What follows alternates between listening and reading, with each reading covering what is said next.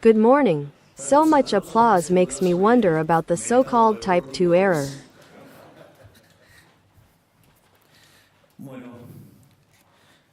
Well, the talk I'm going to give today is about the legacy, what we did, and most importantly,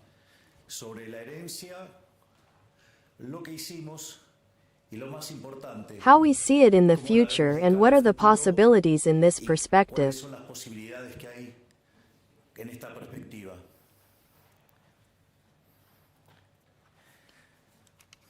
The first thing to understand is the disaster we received, or rather, so that you have an idea.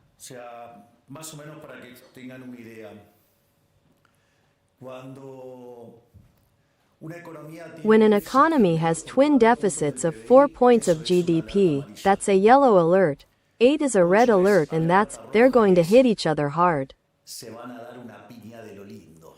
Well, we inherited 17 points of GDP of twin deficits. So you'll get an idea of the size of the challenge we had. These twin deficits had a consolidated fiscal deficit of 15 points of GDP.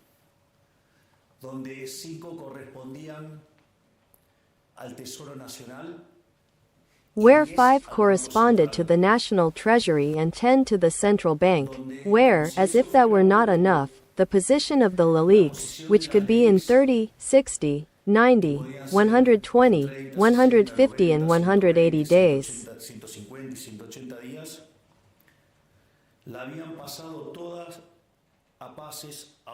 had all been converted to one-day passes. This means that at the time we took office, the monetary base could have been quadrupled in one day. I say this to have orders of magnitude of the difficulties we were facing. At the same time, in terms of price dynamics, when there is a controlled exchange rate with such a large gap, the flip side is that there is what is technically called money overhang or monetary surplus.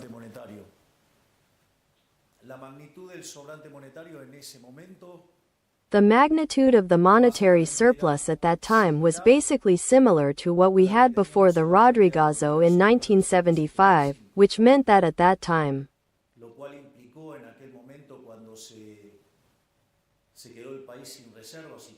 when the country ran out of reserves and was forced to devalue, the inflation rate increased sixfold. In fact, it went from 30 to 180%.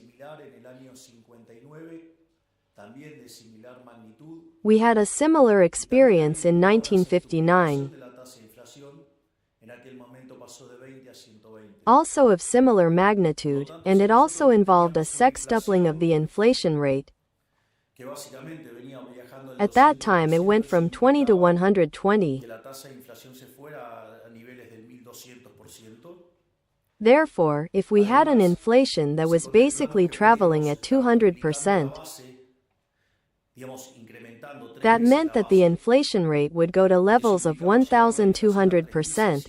Also, if we consider that we could be tripling the base, let's say increasing the base 3 times. That meant taking inflation to 3,600% annually. And if on the other hand we consider that the previous government issued 13 points of GDP directly and indirectly with a base that is now at 2.6, it meant multiplying by 5. That is, we were putting in 4 times more monetary base. That is, we would be talking about an inflation rate in the order of 15,000%.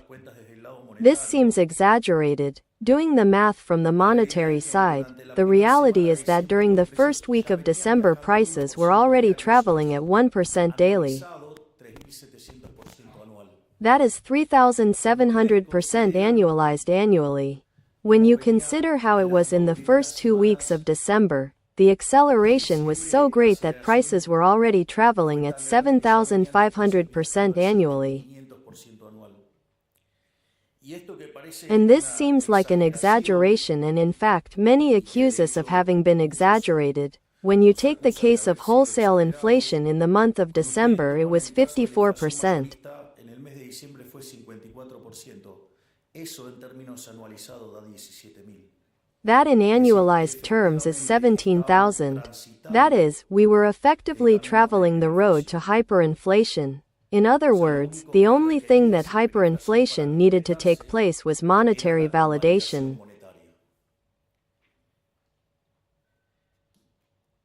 There is a very funny anecdote in a wonderful book called The Central Bank, Theory and Practice, by an economist named Alan Blinder,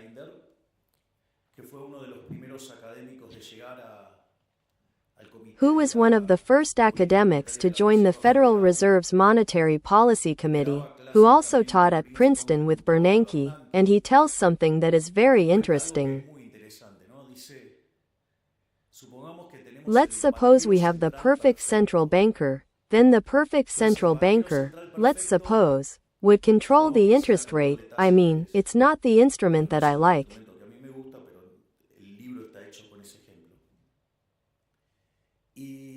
But the book is made with that example, and then this central banker is so brilliant that he not only knows how much to move the rate, but he also hits the mark perfectly when it comes to lags.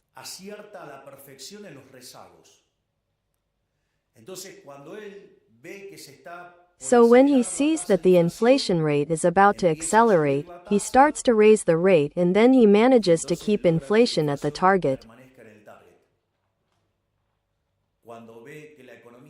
When he sees that the economy is slowing down and the inflation rate is going below, he modifies and leaves inflation at the target again.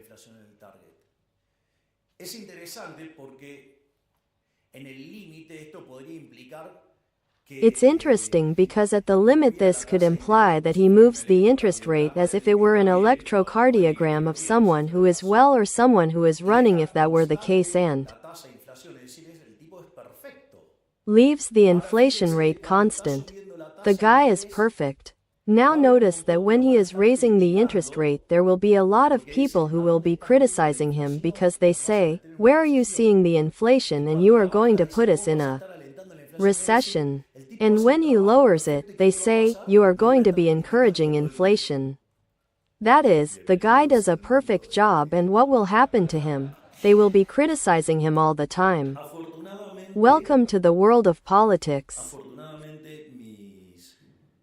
Fortunately, my work studying the Torah alongside my beloved Rabbi Axel Wanish, who we are now fortunate to have as our ambassador to Israel, one of the things he told me was that, let's say, after leaving Egypt, every time Moses got up late they criticized him for being lazy.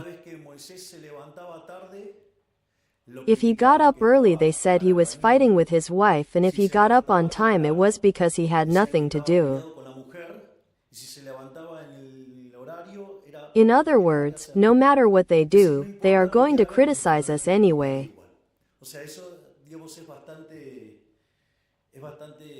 That is quite reassuring when starting the administration, because they criticized Moses, so they can say anything to me and I deserve it more than enough.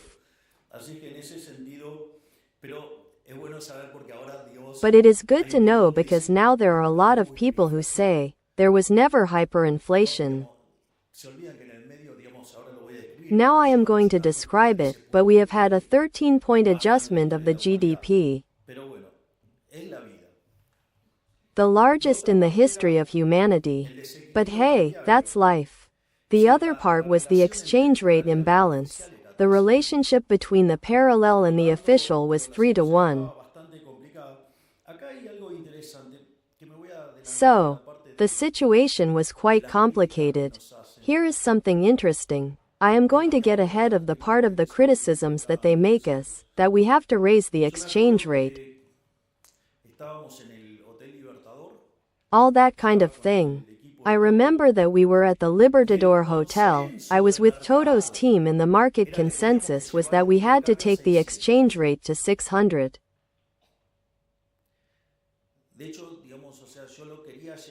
In fact, I wanted to take it to a level that, adjusted for country risk, would be the same as the parallel rate. That has a technical justification to try to eliminate excess demand. And so that the impact on activity is as little as possible. It makes me laugh because those same people who complain that the exchange rate is now behind said that it had to be 600 and the inflation hypothesis that they had is much higher than what we are experiencing. The model doesn't make sense to them, guys. What I am saying is, watch out for those economists because the model doesn't make sense to them. They told me that the exchange rate had to be 600. That we were crazy to put it at 800 and that the inflation hypothesis they had was higher than what we are having in reality. I say that the model does not make sense to them, I am just mentioning it. Then we had a minor problem called net international reserves, we were $11.5 billion down. We had another little problem that was also not cleared, that we all knew existed, called CIRA, which in reality was $60 billion, but when we asked for it to be cleared and for them to come closer, there was obviously a part that knew that they were doing illegal things. And $45 billion were cleared. Another problem we had is that we had foreign currency maturities for $25 billion.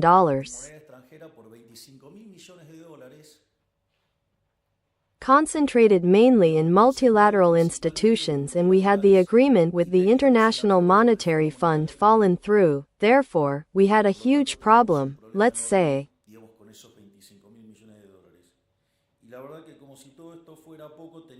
With those $25 billion. And the truth is that, as if all this were not enough, we had due dates in pesos for the equivalent of $90 billion.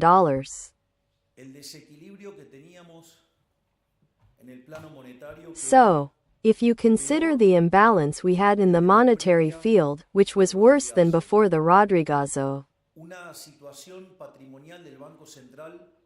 a financial situation of the central bank much worse than the one we had before the hyperinflation of 1989, and that we also had social indicators worse than those we had in 2001.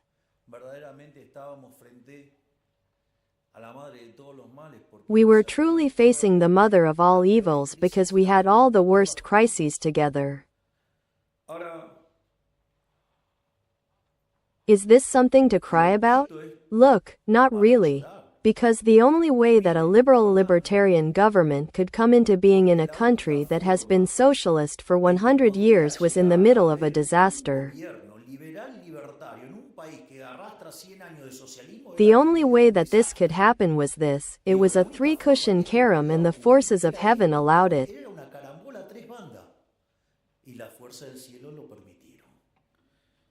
And as if all this were not enough, in reality economic activity was falling and it had a rebound.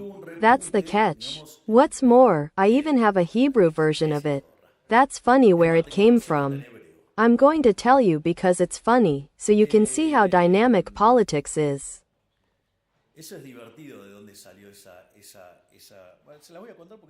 When Victoria and I took office as deputies in December 21st, a journalist from Deputies TV, whom I knew from America,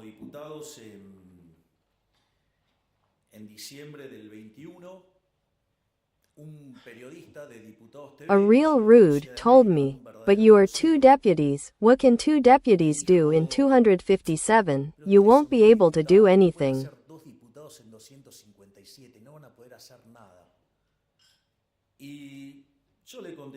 And I answered him with the first book of Maccabees 3:19, which says, "Victory in war does not depend on the number of soldiers but on the forces that come from heaven."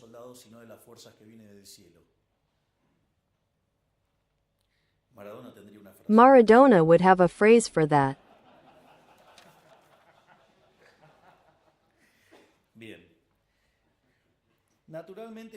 Naturally, faced with this disaster we were facing, we had to have a very hard and concrete stabilization program.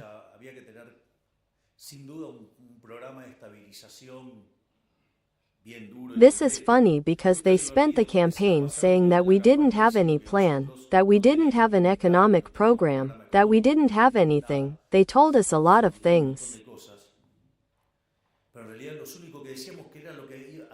But in reality, the only ones who said that it was what had to be done were us. In fact, I had even published a book called The End of Inflation, where if you read it you will find that everything is told there. And I didn't say that I was going to do it, in fact I am doing it. That is even more fun. So, the first question was shock or gradualism. The truth is that when you review Argentine history, all the shock programs, except for the one in 1959, not only managed to lower inflation, but were also expansionary. And in addition, all the gradualist programs ended badly. The other thing was that to do gradualism you have to have time. Do you think I had time if I had the possibility of tripling the monetary base in one day? Sorry, quadrupling the monetary base in one day? No, there was no time. But as if all this were not enough. If you want to do gradualism, you also need to have financing. And Argentina did not have financing if the agreement with the International Monetary Fund had fallen through. In that sense, the truth is that there was no other alternative than the shock. Furthermore, I believe that the only way out is the shock. That also has an explanation. So based on this we implemented a very tough stabilization program. I say this regardless of the many things that many economists say. No, this is a transition, and then we need the program. Look, if wholesale inflation in December was 54%, it has been falling every month. The previous month it was 10 and the last was 5. If wholesale inflation that was at levels of 45, we were able to nail it at 25 and then it was 20, 13, 10 and now we are on our way to a single digit, in terms of core insurance. They should be more respectful. Clearly there is a stabilization plan to lower the inflation rate. It is not my fault that they do not see it. A stabilization program essentially has three elements. It has a fiscal policy.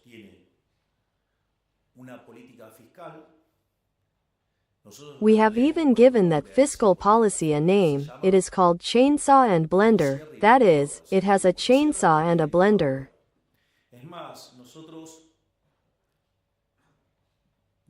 In fact, many of those who criticize us for the quality of the adjustment,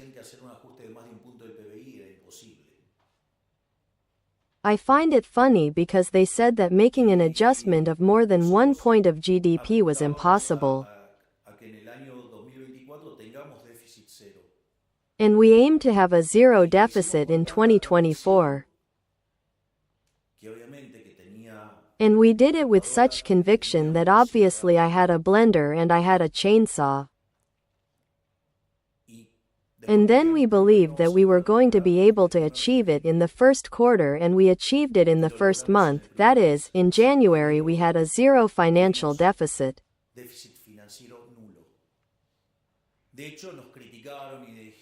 In fact, they criticized us and said that in February our primary deficit was even exploding.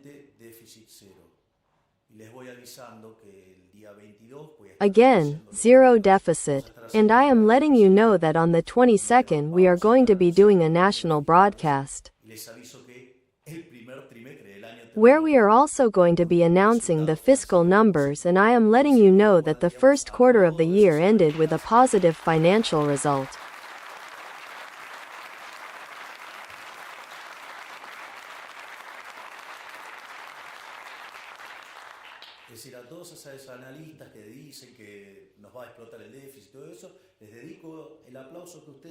So to all those analysts who say that our deficit is going to explode and all that, I dedicate to them the applause that you had recently or again for Maradona's phrase.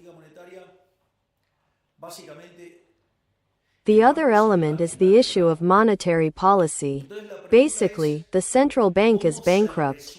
So, the question is how to resolve the bankruptcy of the central bank. This is the key. The bankruptcy of a central bank is resolved by liquidating its liabilities, that is, with the size of the Argentine problem. It implied a stratospheric price level until the liabilities were so liquidated that the net worth at least became zero. So far we are going? If this is so, it means that given that price level,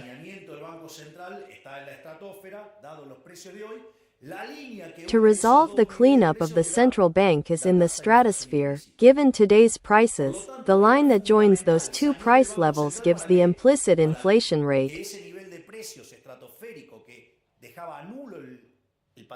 Therefore, it was essential to clean up the central bank.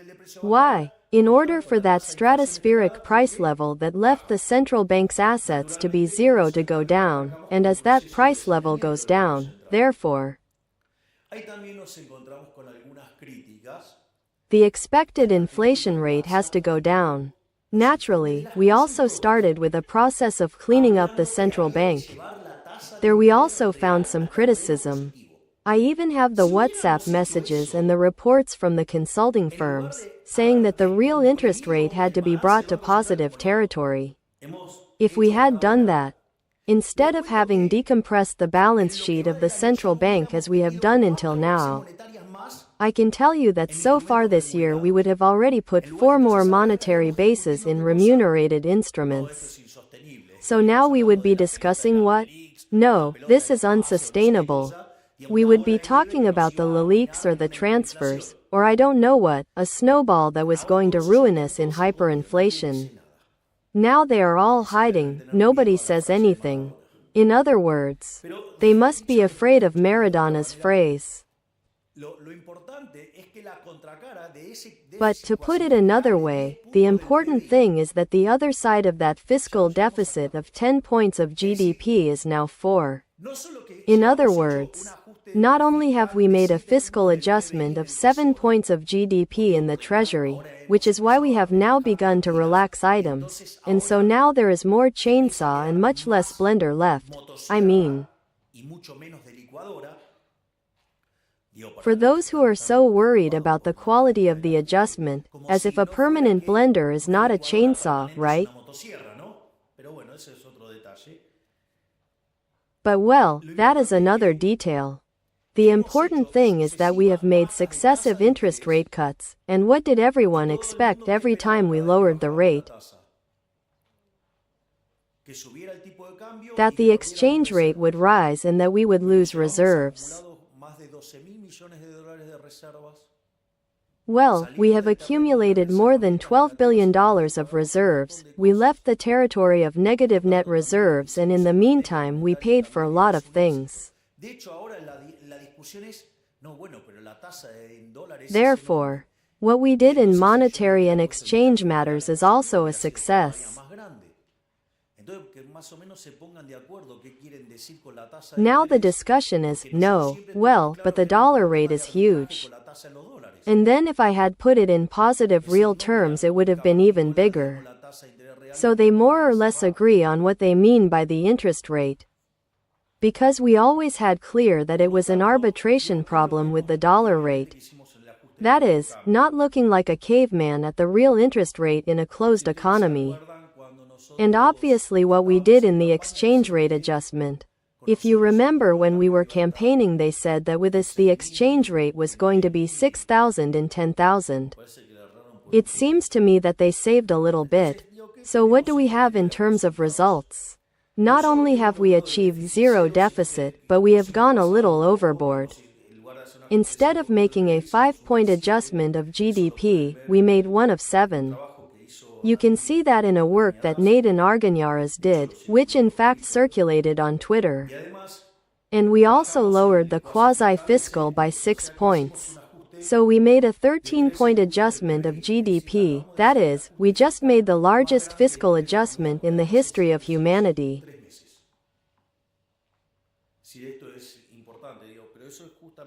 Because we also did it in 3 months. This is important, but that is precisely what allowed us to avoid hyperinflation.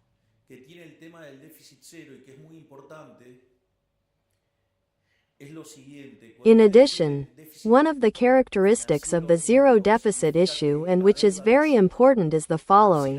When you have a zero financial deficit, it means that the debt does not rise.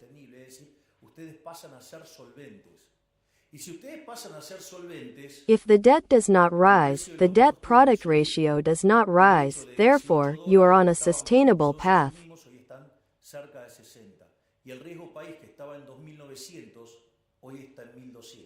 In other words, you become solvent, and if you become solvent,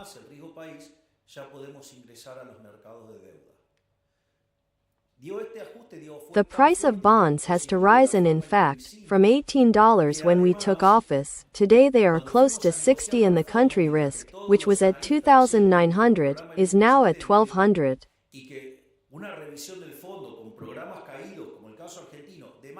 And if we manage to lower the country risk by 200 more basis points, we can then enter the debt markets.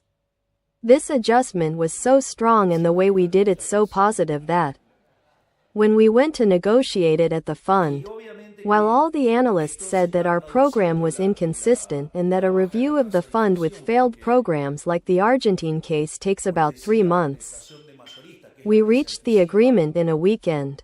You can imagine what the phrase is.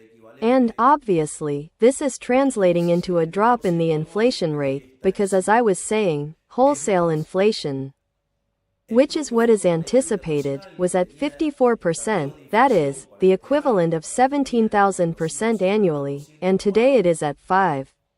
What's more, the International Monetary Fund itself, which had inflation expectations for Argentina this year of around 250% annually, lowered it to 150%. Lowering it to 150 means that, from today onwards, it is expecting inflation to be 5.5% on average. But since the process is not linear, it means that we are going to a low digit by December. That is to say, we are achieving it. Naturally, there is a lot of criticism. The thing is that I think that criticism should be made by understanding the model that one has in one's head. For example, I don't know when they say comprehensive program, then they say sectoral policies within the program within the program. Look, I'm not Leontief, I'm not going to make you the 5-year plan. I don't believe in that.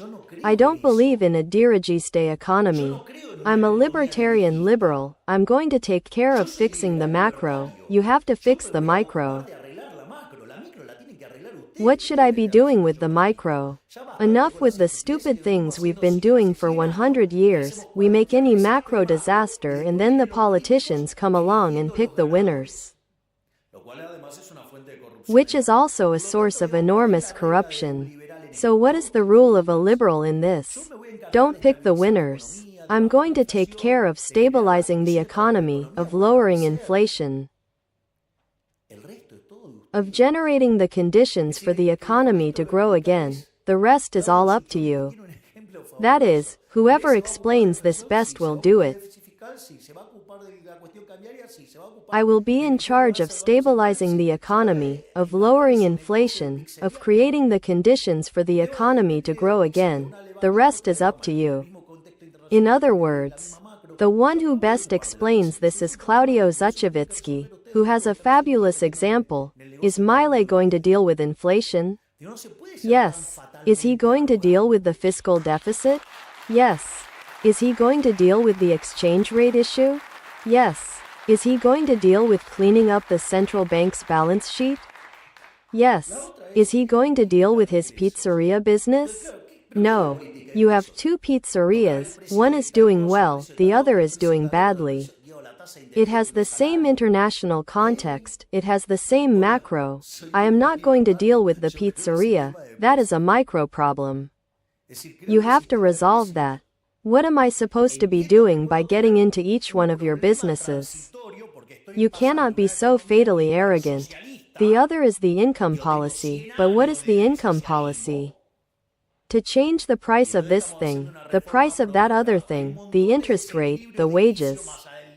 Hey, hello, I am a libertarian liberal, I believe in the price system. I understand that I may have a temporary problem, because I am living in a hyper-socialist economy. I have been in socialism for 100 years and so we are doing a pro-market reform. There are a lot of imbalances from the start, plus the additional problem that we have to avoid a hyper. So we are correcting relative prices in a context of high inflation and with some basic problems and with some problems of violating private property before. So it may be that at some point there are some corrections via defense of competition. Everyone will understand what I am talking about. But except for specific things like this and that are typical of the transition, those things will never exist again. But first you have to stabilize the economy and make clear the respect for private property. And not that someone using state resources is taking positions and generating a dominant position from the state scam and then generating political movements by touching an age segment where there is a large proportion of voters. Welcome to the world of politics. It is the garbage that I am describing to you. We have already discussed the issue of the interest rate. We have also discussed the issue of the sustainability of the adjustment. There is more and more left of the chainsaw, there is less left of the blender. The best example is what we are doing in terms of pensions. If we had left things as they were, retirees would have lost 2 points of GDP. With what we are doing, they are only going to lose half a point. In other words, we are giving them back 1.5 points. And naturally the discussion of the exchange rate. The discussion of the exchange rate is quite ridiculous. No, because we have to raise the exchange rate. Why? If there is no gap today, why do I have to be touching the exchange rate? Because I don't like the market exchange rate? The first thing you have to understand is that this analysis of the real exchange rate, I'm going to say it in Latin. Professor De Pablo would say, is bullshit. Because they take a series of the real exchange rate. The question is, what is the reference year? Someone explain to me why they take the particular reference year on which they calculate the average.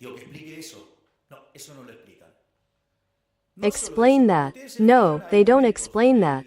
Not only that, when you look at it, there are times when the real exchange rate is very depreciated and there are times when it is very appreciated.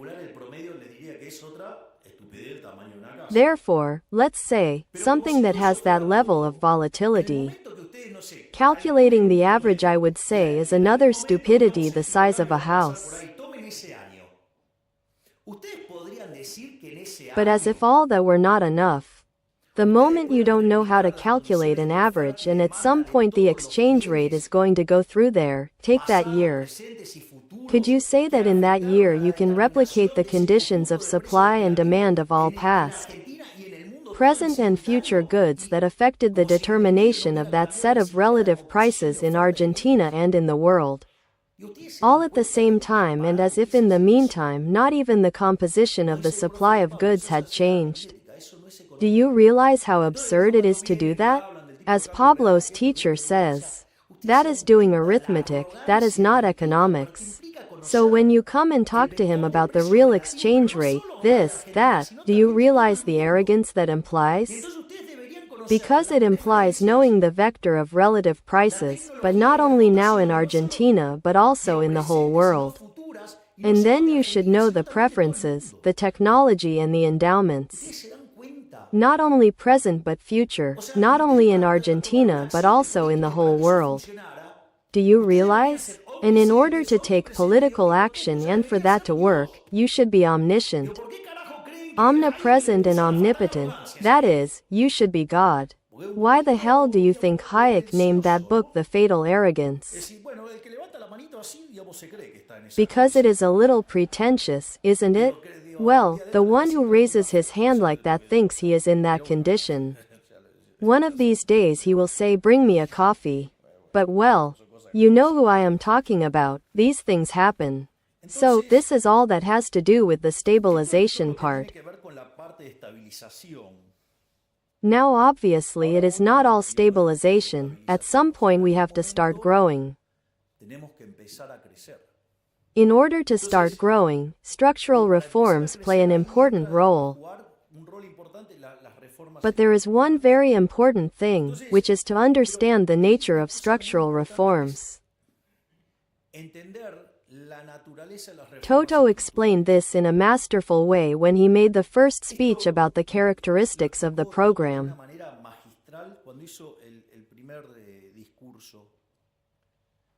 In that speech he explained it perfectly, and if you look at the entire regulatory framework and restrictions and all the crap we have in the legal framework, they are consequences of looking at the effects and not the causes. That is to say, the cause of the problem is always the same. You look at the last 123 years of Argentine history.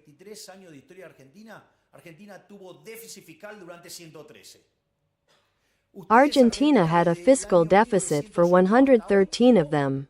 Argentina, from 1901 until today, had 22 crises, 20 of which were fiscal in origin.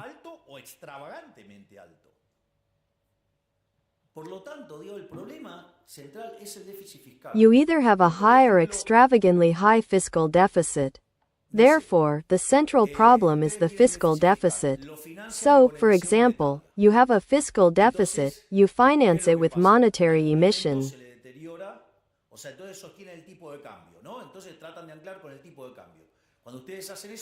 So what happens at some point is that it deteriorates.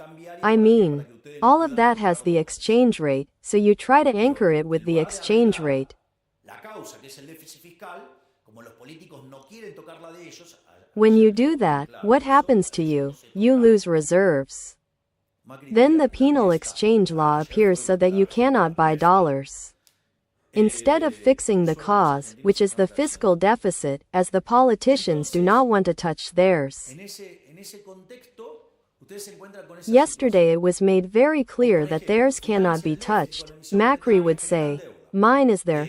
Yesterday was a clear example, mine is there. Luckily, the Argentines are reacting.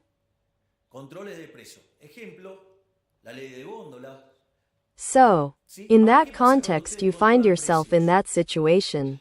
Or for example you finance the deficit with money emission, you generate debt, money emission, then inflation starts. What do?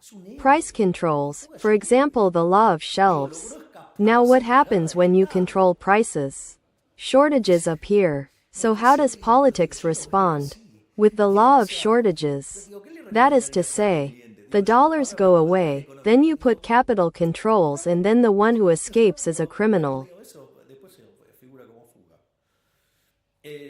He is a hero, the one who escapes is a hero, he managed to escape from the clutches of the state. You laugh, but I see it like this. What would you recommend to your client? I put on my economist suit, buy dollars. That later appears as flight. And the truth is that, if they buy it on the black market it is better, because that way they do not have to pay a lot of stupid taxes that there are. All to finance those who raise their little hand and those who do it out of curiosity, to finance those useless people. The phrase says that a thief who steals from another thief is forgiven for 100 years. I mean, with what Argentine politicians have stolen, we have earned eternity. The reality is that when you look at our economic program, which has a fiscal leg, a monetary leg and an exchange leg, where there is a nominal anchor, it is not that there is no nominal anchor. That is another stupidity that they said. No, there is no nominal anchor here. Look, since we arrived, the monetary base has practically not changed and we bought. We issued a lot to buy the $12 billion.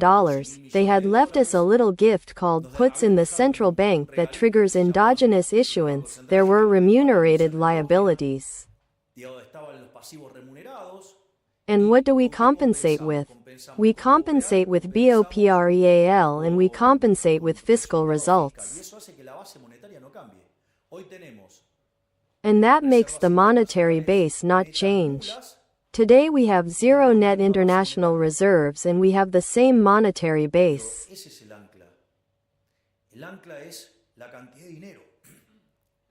That is the anchor. The anchor is the amount of money.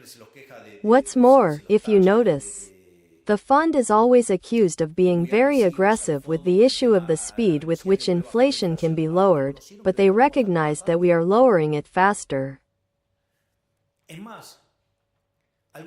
What's more, some criticisms seem quite funny to me between the exchange rate and inflation, because during the convertibility, which took 20 months to stabilize the inflation rate to make a serious country in terms of inflation, with the fixed exchange rate, today the inflation rate is falling much faster than during the convertibility. And that has an explanation, because during the convertibility you had endogenous money.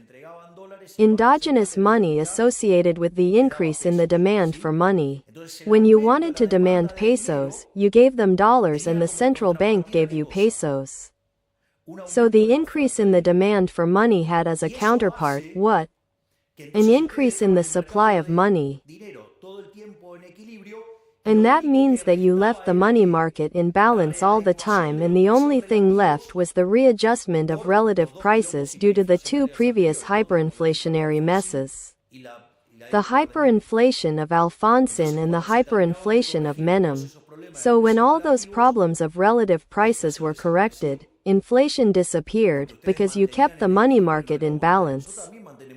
We also keep the balance of the money market, but without issuing, so all the increases in demand for pesos go against what? Against a fall in the goods market, therefore. The level at which the inflation rate falls is much faster. There is the explanation, it was not so difficult. The only thing is to put a little thought into it. To face this, we sent the most ambitious reform program in Argentine history. We sent 1,000 reforms in 2 instruments, 1/3 in the DNU, 2/3 in the ley bases. The DNU is still standing. But what is the characteristic of these instruments? It has 3 elements. The first is that, unlike all the DNUs that have existed in Argentina, where all of them have advanced over individual liberties, over private property, this is the first time that it has restored liberties, that is, it has restored freedom to citizens. It has a furious respect for private property, it promotes more competitive market structures. That does have a huge defect, both the DNU and the ley bases, a tremendous defect. It goes against the politicians' work.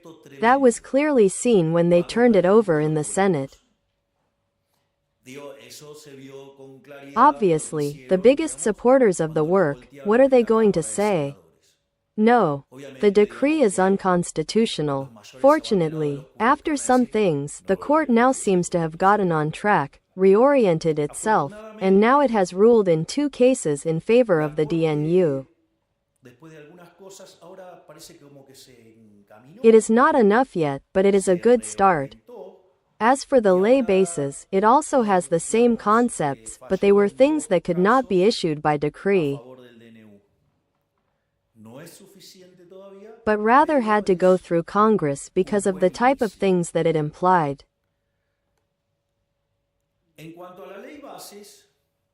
So when we sat down with the governors in Casa Rosada, one of the things I proposed to the governors was to fix the fiscal problem they had. And that was in Chapter 4 of the ley bases. Now, what happened? The governors Instead of understanding that as an act of goodwill, understood it as a sign of weakness. Faced with that case, they began to make a mess of the fiscal matter. So what happened? We removed Chapter 4 of the ley bases. How did the red circle, which is becoming more analogous every day, read it? This is a defeat for Milei.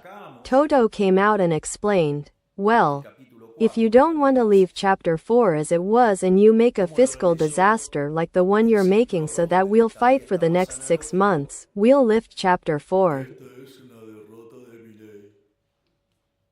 But if we lift Chapter 4, you'll end up making a bigger fiscal adjustment than you're willing to make.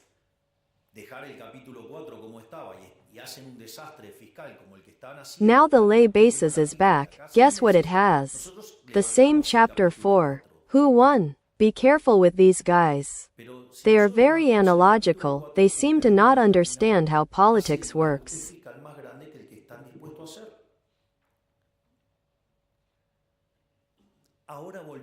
Not only that, but then the rest of the ley basis was passed, it was approved.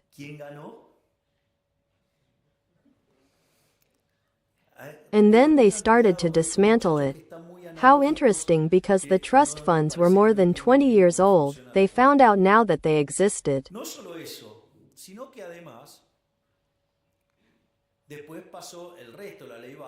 We had all the champions of republicanism, of anti-corruption and everything.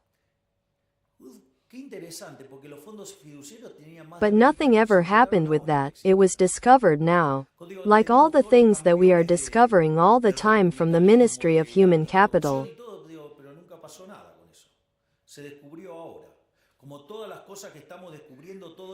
Where, for example, we have found that half of those who received funds from the soup kitchens did not exist, they were ghost soup kitchens, or soup kitchens that said they received 500 people.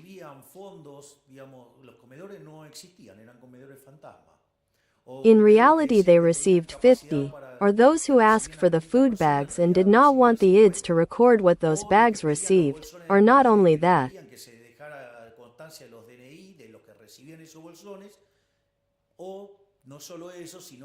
but also when they received the bags they quoted an extra premium quality, and when you put the noodles in they fell apart when you threw them in the water.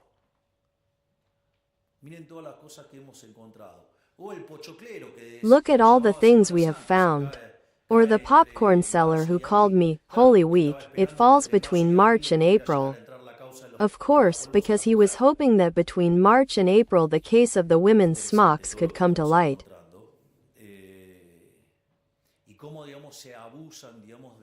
Interesting everything we are finding and how the most vulnerable are abused for this.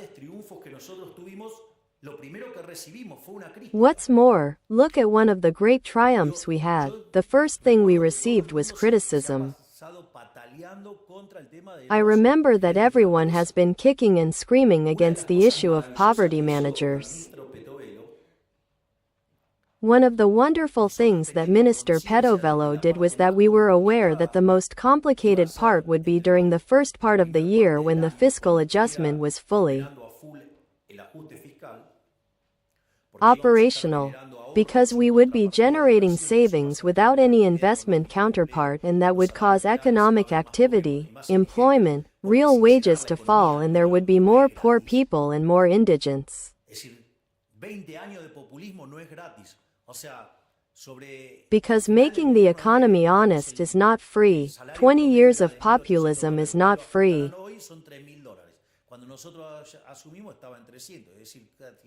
At the end of Menem's government, the average salary was $1,800. You adjust it to $3,000 today. When we took office, it was $300. That is, 90% of income in dollars had been lost. It's not that the rates are expensive and all that stuff. The problem is that we are so miserable. So poor that we cannot even pay the subsidized ones.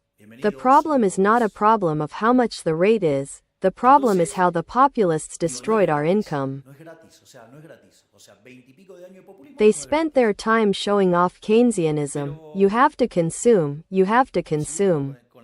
Of course, you have to consume implies that you save less. If you save less, you invest less. If you invest less, the stock of capital per capita does not increase, productivity does not increase, salaries do not increase. Welcome, we are poor.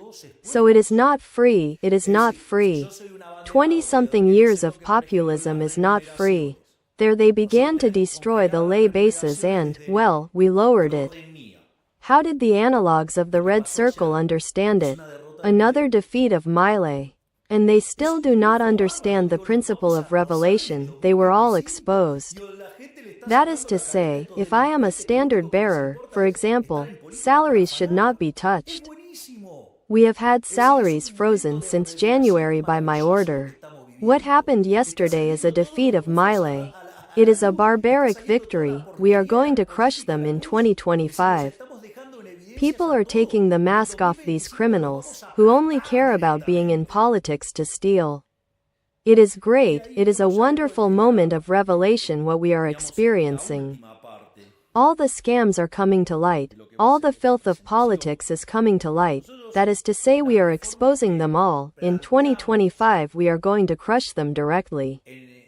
And here I enter the last part of what this presentation is going to be. The reforms that we proposed in DNU plus bases implied that in terms of economic freedom we would jump 90 positions. That is to say, we would be like Germany. In 20 years we were going to look like Germany, but as politics does not want to stop stealing, it violates the DNU, it violates the bases law. It tears it to pieces, for what? So that their businesses are not touched.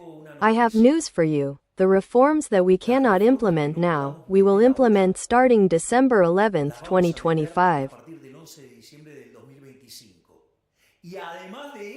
And in addition to those, I have 3,000 more. I am not going to make Argentina look like Germany, because Germany has a GDP per capita of $50,000. I do not want to go for small things. I want to be like Ireland.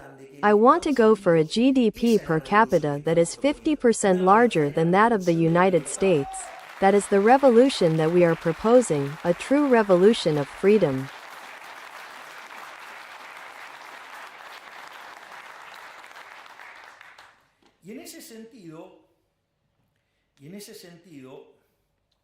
And, in that sense, there are some things that are interesting, because it is true that in the middle of the adjustment that we are making, 75% of Argentines understand that we are worse off.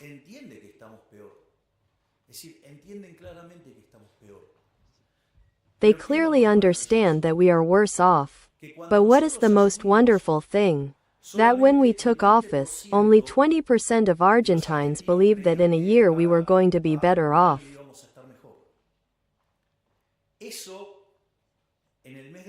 That climbed to 30 in January. In March, let's say, it was already at 40 and today we are at 50.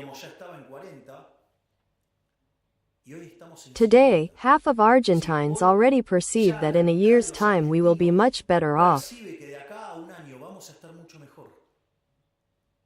And that is no small thing. In addition, 70% of Argentines are convinced that we are going to exterminate inflation. There are only 50 points that believe that we will do it in 1 year and 20 points. Let's say, that believe that we will do it in 2. What's more, if the runoff were today, despite what some people may think, today we would win by a bigger margin. We would win 58 to 42. We would win by 16. But not only that, because when you go to that vote of the 58, what is more interesting is that 48 points would be in the first round. We would win in the first round because the person with the most voting intention after us is Cristina Fernández de Kirchner with 20. que el balotaje saquemos cero. And it is not true that we get 0 of those 10 incremental points between the first round and the runoff. Therefore, we would be above 50 points. What does this mean? That without a doubt, starting on December 11th, we will make all the pending reforms plus the 3,000 that we have in the pipeline, plus all the others that we are designing and that we will also apply. We will make Argentina a truly liberal Argentina that is a power and that will be great again in 35 years.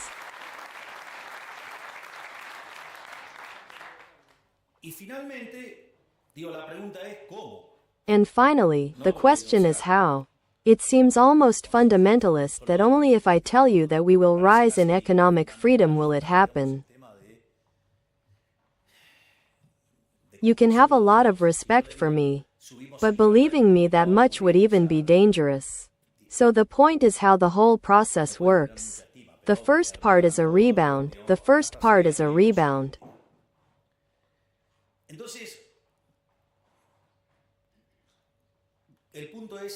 In fact, note that more and more analysts are seeing a V. That V had already appeared in an indicator that seemed strange. That for February the seasonally adjusted indicator by Orlando Ferrers had given a positive result. But clearly the seasonally adjusted indicator is a very unstable indicator at the top. So you have to take that with a lot of caution. Not only that, now the leading index, let's say from D-Tela, came out, which anticipates the evolution of activity, and it gave a positive result. When you look at mining, it goes up. When you look at oil and gas, it goes up. When you look at the countryside, it goes up. In other words, we have more and more signs that this is rebounding and rising. Not only that, but you also have some additional issues, and that is that where the sharpest falls were noted, the cut is occurring in a violent V-shape. Examples: came, sales, had a strong rebound. Not only that, but the brutal fall in country risk. When you look empirically, every time country risk collapses, activity rebounds strongly. But not only that, there is also another fundamental element, and it is that even if we did not make any of the structural reforms,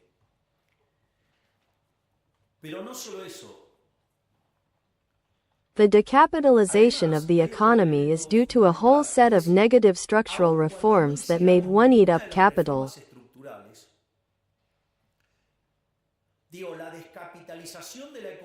The Argentine economy is very decapitalized. Why is it decapitalized? So that the value of the marginal product of capital, I mean the IRR of the firm, is above the WACC, so that they do not destroy value. So in that context, what you have is that, changing the rules of the game, what happens now? The rate is out of line with the opportunity cost of capital. Why do you think stocks are flying? Precisely for that reason. Because they are seeing it outside. So in that 20-year period of destroying capital, enormous productivity, enormous real returns against plummeting interest rates, you have a chance to make money like crazy, even without structural reforms. That is, without making reforms we can grow for an interesting period of time, not at the rates that I would like. But we can rebound strongly now and grow strongly at the start. So we will reach 2025 with very strong expansion rates composed of rebound and growth due to decapitalization and falling inflation rate.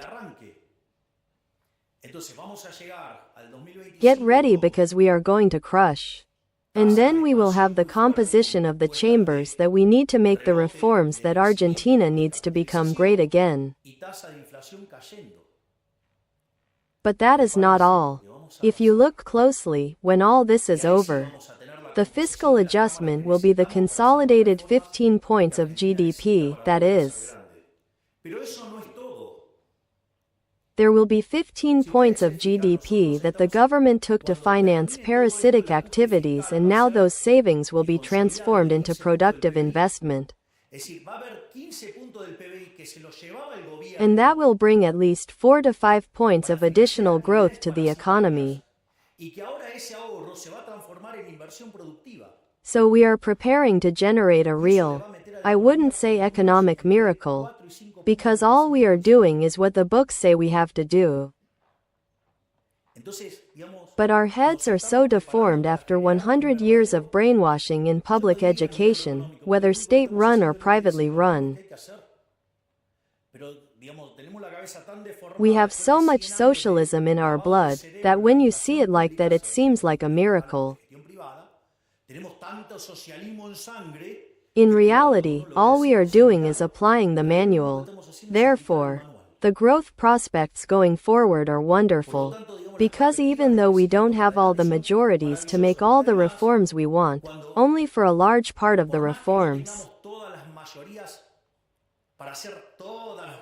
when they begin to see the libertarian liberal wave that is coming, they will accommodate themselves. And that will allow the reforms to come out much easier than you see now.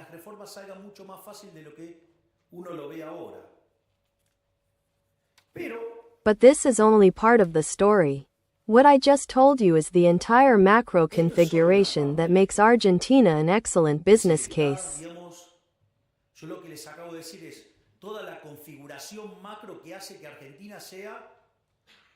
I'll put it in these terms.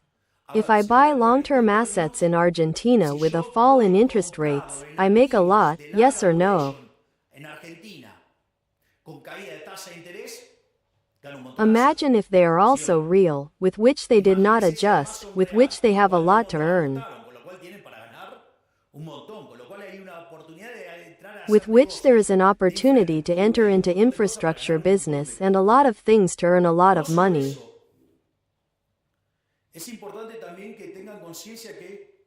Not only that, it is also important that you are aware that our lines of economic analysis have 3 blocks. There is a first block which is the current situation.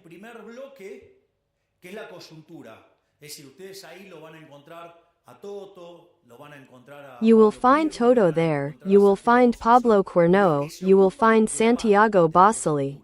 They are the ones who deal with the macro, with the current situation. Then there is the second line of analysis. This is not a question of order, it is a question of exposition, which is the issue of regulatory reforms, structural reforms, the agenda of freedom. You have 2 colossi there, you have Federico Sturzenegger and Dr. Rodriguez Chirrillo. Who are the ones who designed the structural reforms to free us from all this socialist misery that we have carried for 100 years? And then there is the third group, which I have the privilege of having here, the beloved Damian Rydell, who is in charge of thinking about the economy of the future. And where with the advice that he prepares, we analyze and study policies so that Argentina becomes a cutting-edge country, a first-world country, where we are at the forefront of technological progress. We are leaving everything. But I want to close with something very important so that you are clear that I can leave everything ready for you, but the final decision is yours.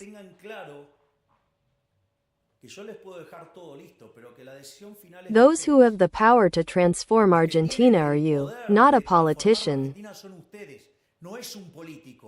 Yo lo único que tengo que hacer es allanarles el The camino. only thing I have to do is pave the way for you, make your life easier, but the true creators of wealth are you.